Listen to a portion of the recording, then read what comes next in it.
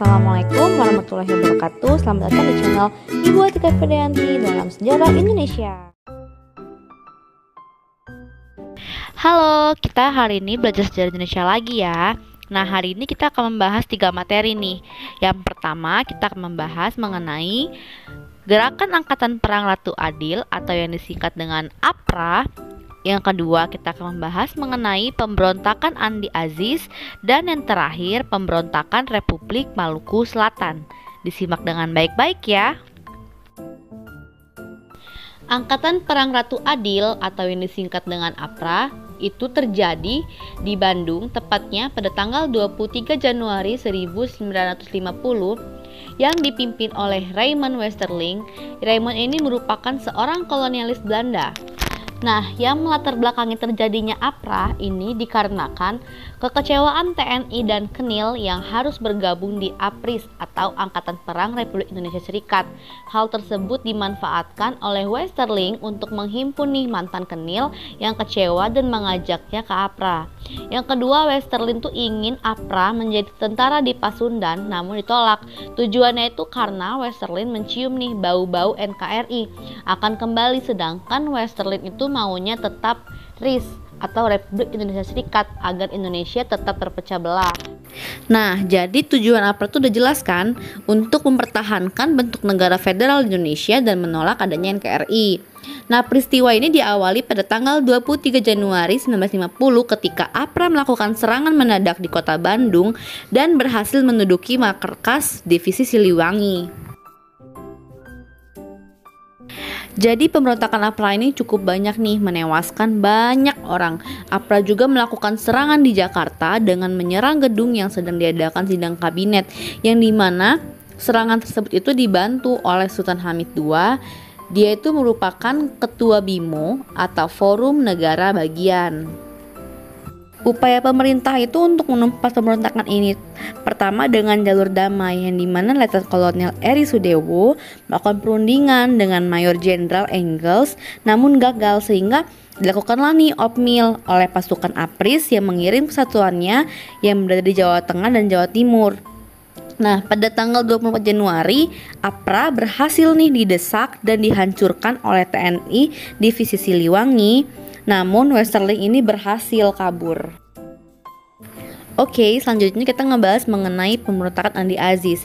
Pemberontakan ini terjadi di Sulawesi Selatan pada tanggal 15 April 1950 yang dipimpin oleh Andi Aziz sendiri, yang dilatar belakangi karena pemerintah pusat menolak tawaran Andi Aziz agar pasukan APRIS itu keanggotaan itu kenil aja tanpa TNI yang bertanggung jawab atas keamanan di daerah NIT atau Negara Indonesia Timur.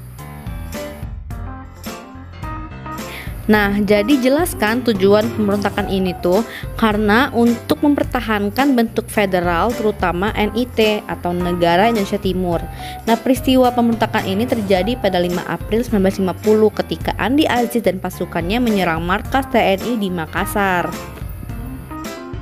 Upaya pemerintah dalam melakukan penumpasan Andi Aziz ini dengan memberikan ultimatum agar Andi Aziz melapor sendiri ke Jakarta dalam waktu 4x24 jam. Sedangkan Andi datang ke Jakarta dengan terlambat dan jadi dia dijatuhin hukuman 15 tahun. Untuk menumpas sisa pasukannya, pasukan Andi Aziz ini ditumpas oleh Kolonel Alex Kawilarang dan Mayor Hafi Worang. Oke, materi selanjutnya yaitu pemberontakan Republik Maluku Selatan. Pemberontakan ini terjadi di Maluku pada tanggal 25 April 1950 yang dipimpin oleh Dr. Christian Robert Stephen Soumokil yang fotonya Ibu tampilin di sini, yang dimana latar belakangnya itu karena ketidaksetujuan Soumokil atas terbentuknya NKRI dan penggabungan daerah-daerah negara Indonesia Timur ke wilayah kekuasaan Republik Indonesia. Nah, tujuan pemberontakan Republik Maluku Selatan ini adalah Maluku Selatan itu ingin membentuk negara sendiri, yang dimana Republik Maluku Selatan lepas dari negara Indonesia Timur dan Negara Kesatuan Republik Indonesia. Nah, peristiwa pemberontakan ini diawali dengan diproklamasikannya RMS pada tanggal 25 April 1950 dengan Ambon sebagai ibu kotanya.